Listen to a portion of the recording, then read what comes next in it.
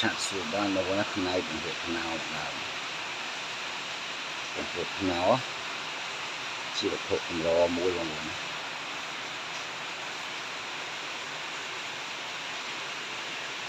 បង្ហូរថ្នោតស្អាតបងប្អូនណាស្រឡាញ់អាចសួរបានបងប្អូនបើទឹកជាងបងប្អូនពលាបង្ហូរថ្នោតសុទ្ធ 100% ស្អាតវែងខ្សែកខាង4លីស្អាតមែនតើណាអាចស្រឡាញ់អាចបាទវាទុកតម្លៃបងប្អូនទុកតម្លៃខ្នាត8លីឡត2មានពួនមកគាត់ដែរហ្នឹងបងប្អូនណាស្រឡាញ់អាច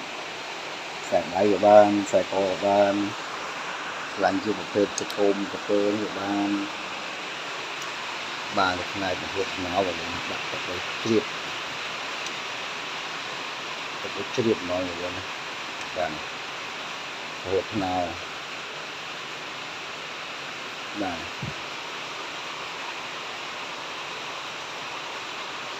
បង្ហូរថ្នោតហើយខ្សែកពុទ្ធចំណៃបបពិសេសបងប្អូនដាក់ទឹកមកជ្រាបហ្នឹងហើយដាក់ពីឆាន់ហ្នឹងបងប្អូនហៀចេញមកតែនៅលើបឡូងទៅពីចាំបាទខ្សែកនេះខ្នាតនេះខ្នាត6លី4លីពុទ្ធចំណៃជារបស់ពិសេសមកពលបងប្អូនណាកន្លែងអាចដេញថ្លៃយកបានជារបស់ពិសេសបងប្អូន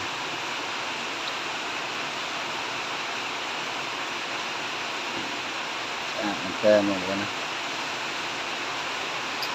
ទៀតនេះផ្នែកបង្ហូរថ្នោតមកទឹកជាងកប់ដីដៃសាសាច់មរះស្អាតដែរបងប្អូនមែនតើមានរសថ្នោតបាទបងប្អូនណាស្រឡាញ់អាចបាន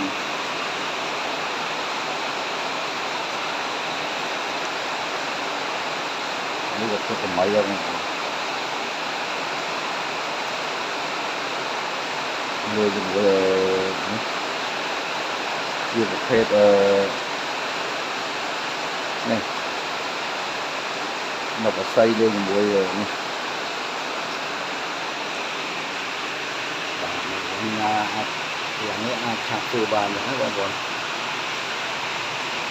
ទុកតម្លៃមានសុទ្ធ 100% លាយឡតមួយខ្សែនេះអែមហ្មង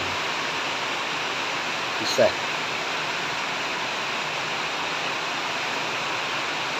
ចេះណាបងប្អូនអើយមានទេ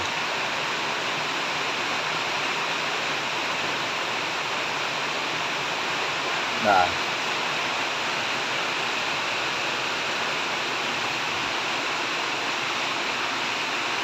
បងប្អូនជួយចុច channel YouTube ខ្ញុំមួយផងអរគុណច្រើនបាទ